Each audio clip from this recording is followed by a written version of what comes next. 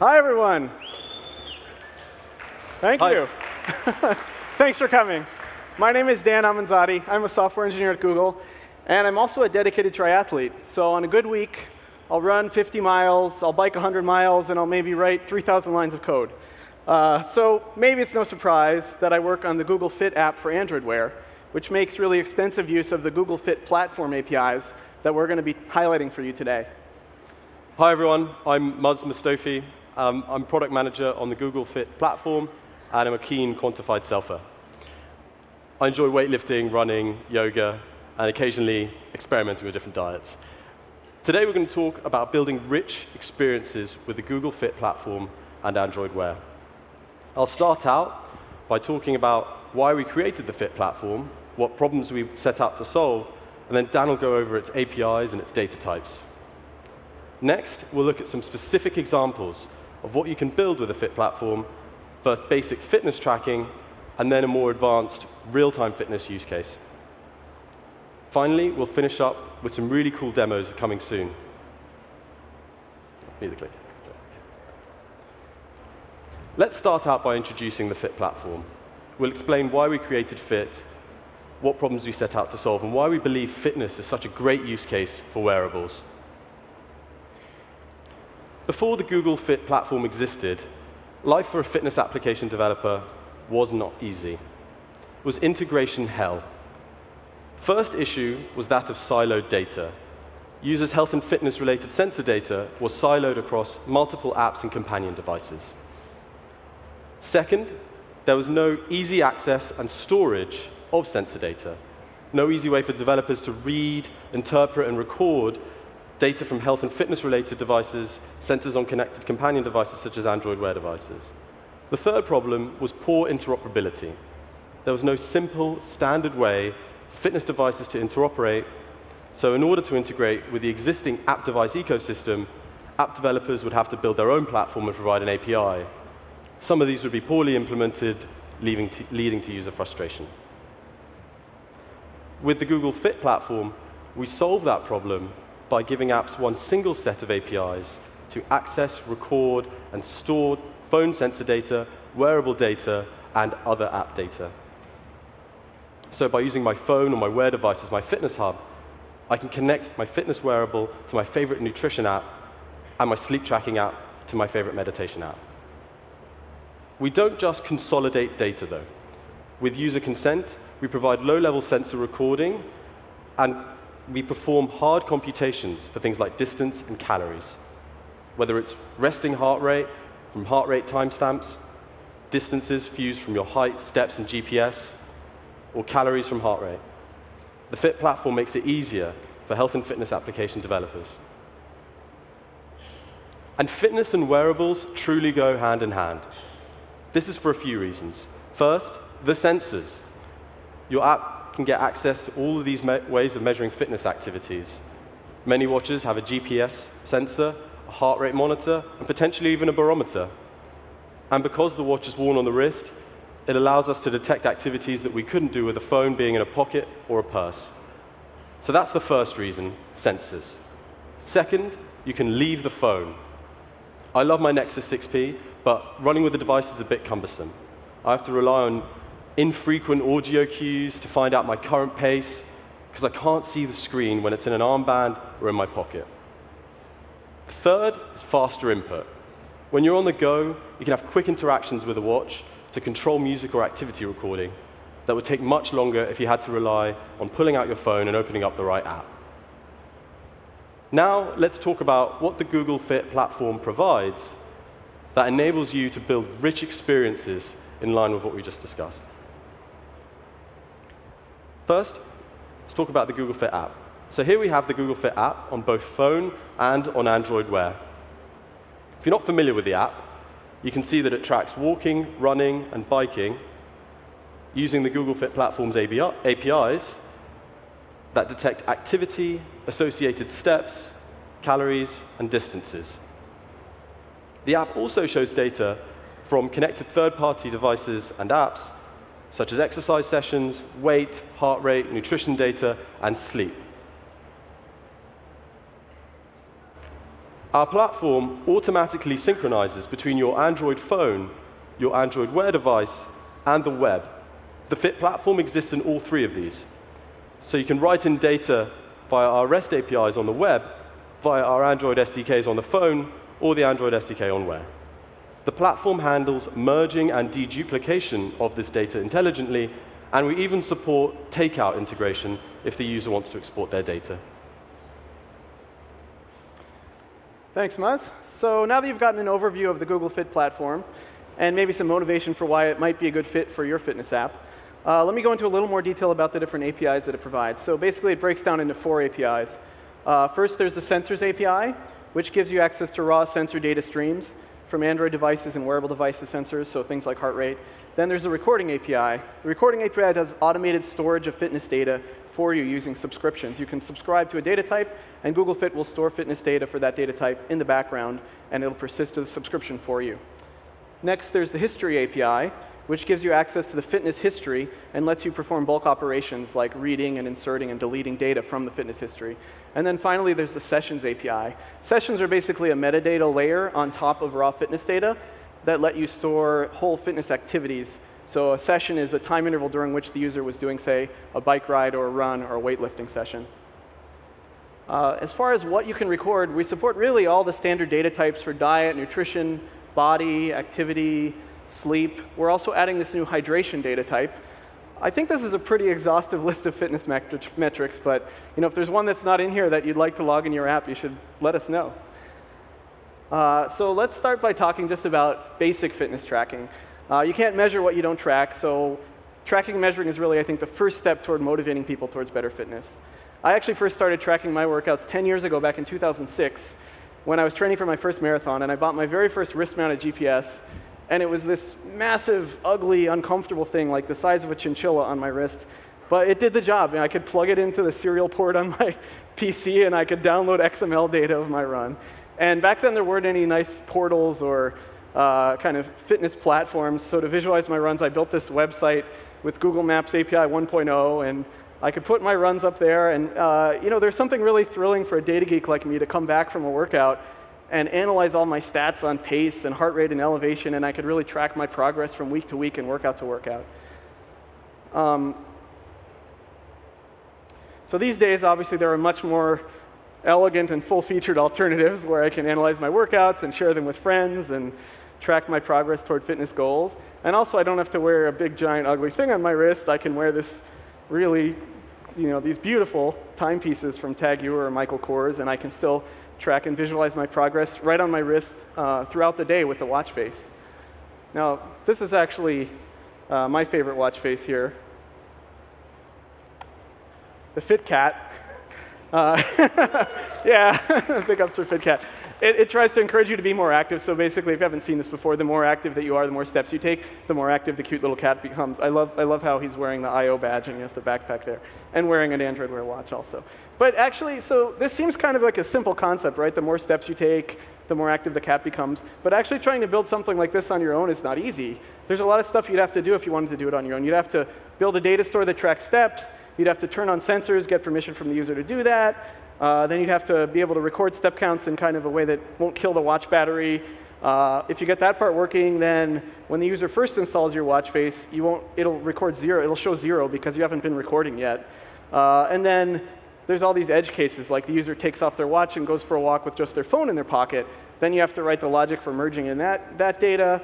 And then even if you solve all these problems, your step count still is probably not going to be consistent with other watch faces and other apps. So fortunately, we solve all these problems for you with the Google Fit platform.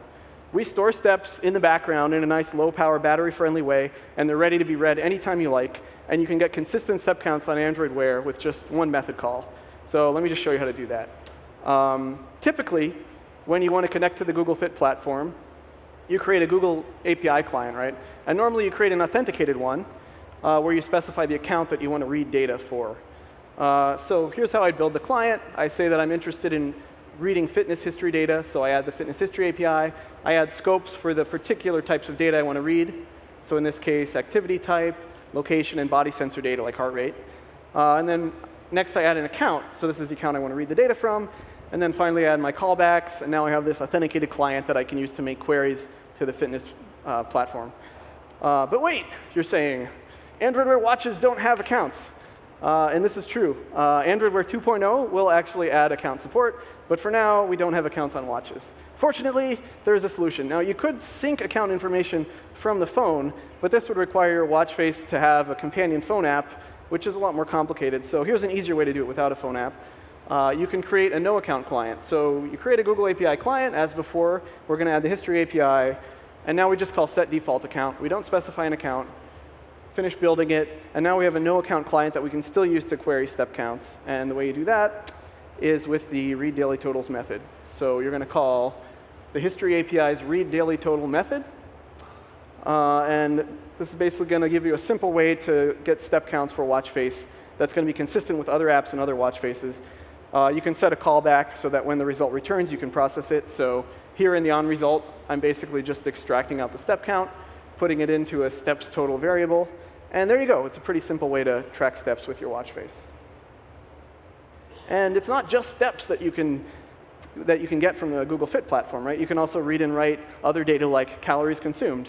So here's an example of how the LifeSum app displays that data. Here I'm looking at the amount of calories I have left in my budget for the day, 911. So I guess I could eat like 2 avocados and drink 2 glasses of wine tonight. Android Wear 2.0 is going to have a new way to show data on watch faces using complications. Maybe you've seen some of this earlier in the keynote. But basically, on the right, there's a watch face that has 3 complications. And the watch face lets you select which complications you want. And then any app can provide data for those complications. So here's an example where LifeSum is exporting data on calories burned as a complication so that the Ranger watch face, which is on the right, can display it in one of those 3 user configurable slots. And if you want more information on building complications in Android Wear 2.0, highly recommend you check out the talk. There's a dedicated talk at 4 p.m. on this topic. Another challenge that fitness developers face is how to perform difficult computations. For example, to derive distance traveled from multiple sensor inputs. The user's height, stride length, GPS data, activity type, active time, and step counts all have to be fused in together, potentially across multiple sensor inputs. The Fit platform makes this easy for third-party developers through its advanced transformations for both distance and calories. The Basis app takes advantage of this. Instead of computing distance themselves, they write in steps and activity data into the Google Fit platform and read back our computed values for distance.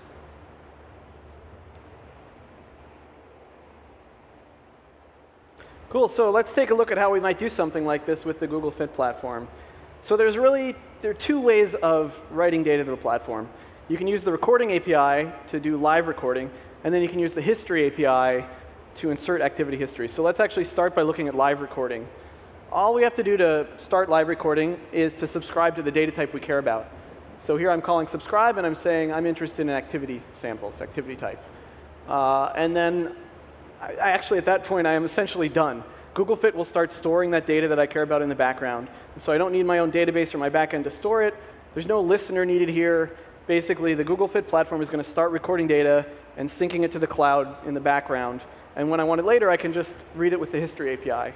So once I subscribe, I'm done. All I really need to do is just check the status code in the on result. And that's just to make sure that the subscription succeeded. Now, let's look at another way of getting data into the fitness history. Suppose I've gotten my data from some external source, like another device. So in the example of Basis, right, they wanted to write in some steps that they had gotten from another device. So first, you create this data source object, and you specify the type of data you want to write. Here, I'm saying I want to write raw step count data.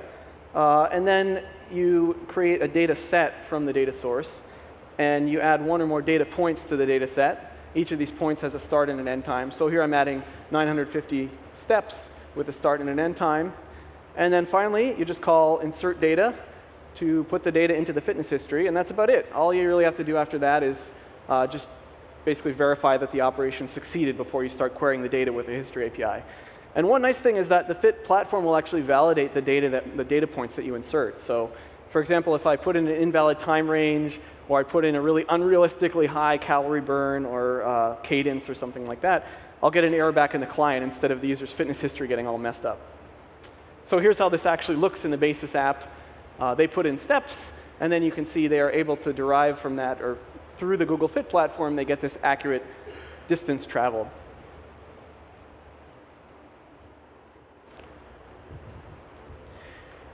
We've been working hard over the past year to improve the quality of these transformations. The first area with which we've improved them is in relation to distance. Distance computed from steps now has been improved with stride length calibration, from actively tracked walks and runs to improve the quality of passively tracked walks and runs. Secondly, for calories, we will soon be leveraging gender, age, and heart rate as part of our computations to improve the accuracy. Thirdly, for merging, previously leaving your phone at your desk and going for a walk with your Android Wear device would result in your step counts dipping back down and then rubber banding back up. That will no longer be the case through bidirectional syncing.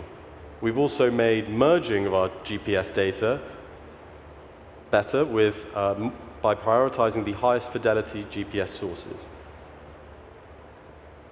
Finally, with regards to activities, this is our most complex task, to infer the activity being performed by analyzing multiple sensor inputs in real time.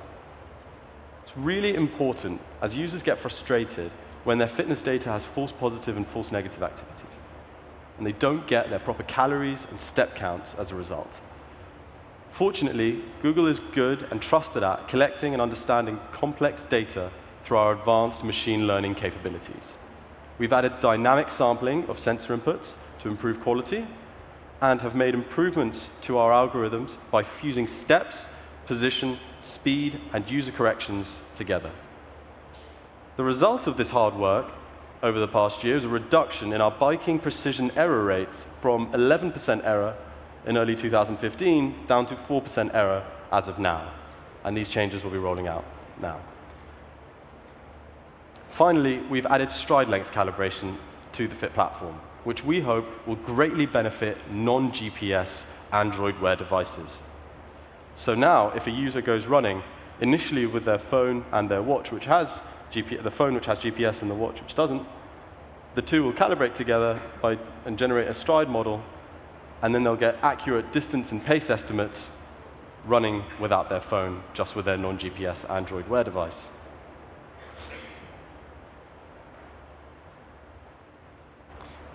Now that we've looked at some basic fitness tracking examples, I want to talk about our push this year into real-time fitness tracking. But why is real-time so important when building a motivating fitness experience? Well, when I look at fitness apps out there, and I look at a lot of fitness apps out there, I see that they adopt this framework. They start with the goal of the user. For example, I'd like to lose 10 pounds. I'd like to sleep better. Or I'd like to finish a half marathon. They recognize that in order to accomplish this goal, they need to encourage a pattern of motivating actions so that the user achieves the result that they desire. Let's drill into these motivating actions. There are 3 pillars of wellness: exercise, nutrition, and recovery. Recovery, we mean sleep and meditation. But these pillars do not operate independently, and behavior in one needs to be balanced against the other. By getting a holistic view of what's going on in each of these areas, your app can more intelligently and insightfully present suggestions and nudges based on a changing fitness context in real time. For example, a sleep app might observe that you sleep better when you exercise, or when you eat less sugar in the evening. An exercise app may suggest exercise based on your log nutrition data so that you meet your weight loss goals. Note that in all these cases, timeliness is important. The best time to coach and motivate a user is immediately in response to an action that they have taken in relation to their fitness. So good apps have an inbuilt awareness of the user's overall fitness context.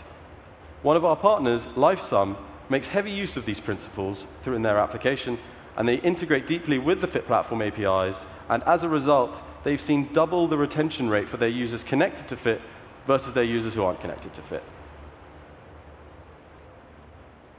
And here are the APIs that we've added to let you respond in real time to a changing fitness context for your user. First, it's real-time data update notifications. It allows you to be notified for certain data types in the fitness store when they change.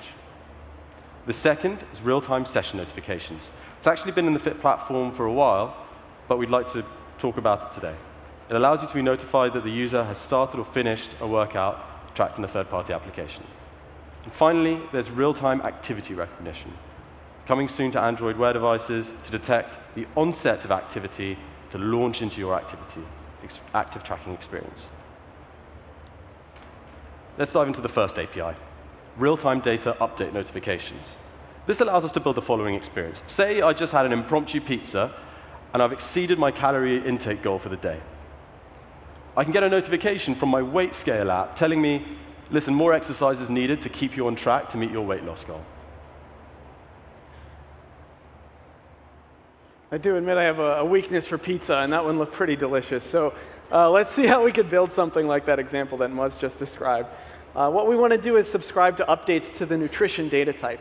So first thing we do is create a pending intent. This is typically a pending intent for an intent service that's going to call into your app whenever an update to one of these data types occurs. What you then do is you create a data update listener registration request, which is a lot of camel case, but it is a pretty descriptive name. And we're going to pass in the type of data that we'd like to subscribe to updates for. So in this case, nutrition, we're interested in meals that are being logged. And then we pass in that pending intent we created. And then finally, we just call this register data update listener method, and we pass in our client and our request. And then voila, we'll get an update with the next logged meal. And of course, you can register for updates to all different kinds of data types. For example, if I want to be notified every time the user steps on their scale and logs a new weight, I can do that with type weight. And here are actually all of the data types that support real-time updates.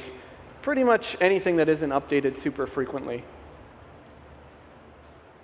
The second API, real-time session update notifications, allows, for example, a nutrition app to be notified that a user just finished a workout session. So say you just finished a weightlifting session, your nutrition app can tell you it's time to get a high-protein meal in to maximize your muscle growth. Or say a hydration logging app. It can suggest rehydrating immediately after finishing a 21-minute run outdoors. Yeah, it's been so hot here. I think we can all use hydration reminders, even if we haven't been running, just walking around outside. So let's build that one. Similar API to the one that we just looked at with the history API. But here we're going to use the sessions API because we're interested in registering for updates when a session starts or ends. So again, we create a pending intent that we'd like to fire when a new session begins or ends. And then we call this register for sessions method in the sessions API. And now whenever the user starts or ends a workout, the pending intent will fire and an intent will be delivered to our app. And if you want to get more information on that session, you can actually extract it from out of the intent. So here I'm pulling out the start and end time, and then also the type of workout, so whether it was a run or a bike ride or a weightlifting session, and I could put that into the notification like the one that Muzz just showed. One exciting new development that's coming to the Google Fit platform this year is that we're actually going to allow your app to register not only for these explicit sessions that the user initiates, but also for implicit sessions. These are ones that are automatically detected by our platform.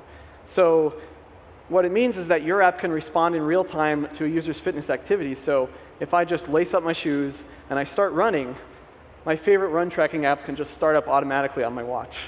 So I'm going to try to show you a demo of how that works. I'm not really properly dressed for running, but I'm going to do a little run around here. OK, I just felt my wrist vibrate, which means that Strava should have started up on my watch. So let's go over here and take a look. And there we go. So you can see that Strava is now recording my run. And I'll post that on Strava later, so I hope you can give me some kudos. Here you go, Muzz. Awesome. So we've got a couple of three actually, really exciting new features coming on Android Wear towards the end of the year. We've added a beat-to-beat API in Android N. What this allows you to do is get the heart rate timestamps in addition to the BPMs, and compute heart rate variability, which is a proxy for stress levels for the user. Second, we're adding a profile API. This allows you to easily onboard your new users by reading age, gender, height, and weight from the Fit platform. And finally, Goals API, allowing you not only to show for example, just the step count, but also the progress against that step goal, but also active time, distance, and calorie goals as well from Google Fit. There's another exciting feature that some of you guys might have seen at the sandbox already. So when I go to the gym, I notice that a lot of people are still using an old school pen and paper to log their exercise, their reps, their weight. Seems a bit crazy in 2016. Well, Google Fit on Android Wear did count reps for you for 3 specific exercises, push-ups, sit-ups, and squats, but only if you told the app in advance what you were doing. This is still somewhat limited and cumbersome. Now we've got something better, so I'm going to show you a demo.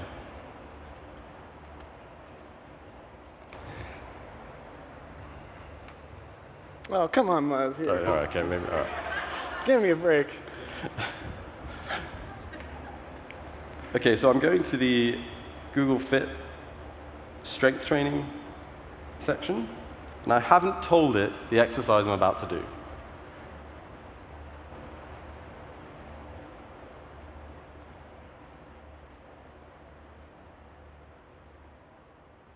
Come on. Woo! He's working hard for you guys. As you can see, it detected bicep curls with 100%. And counted the reps. It was 15 pounds, so I'll just lock that. Let's do another exercise, one which involves the legs. Note that I can take some time just kind of setting up. Very good form. It's not. Okay,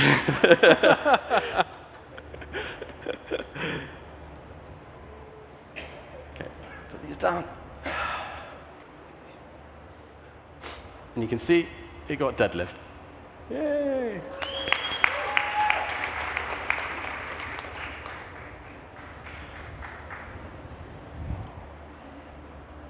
If a rep is missed or an exercise isn't correct, for whatever reason, we will learn from that mistake and become trained to the user's exercise motion.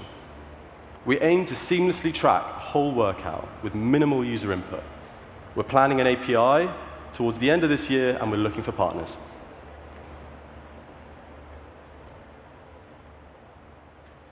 All right, so that's our overview of the Google Fit platform.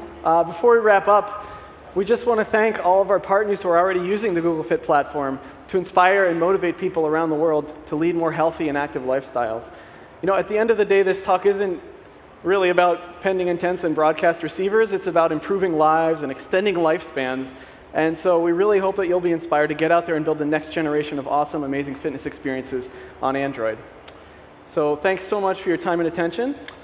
Feel free to contact us with any questions. Thank you.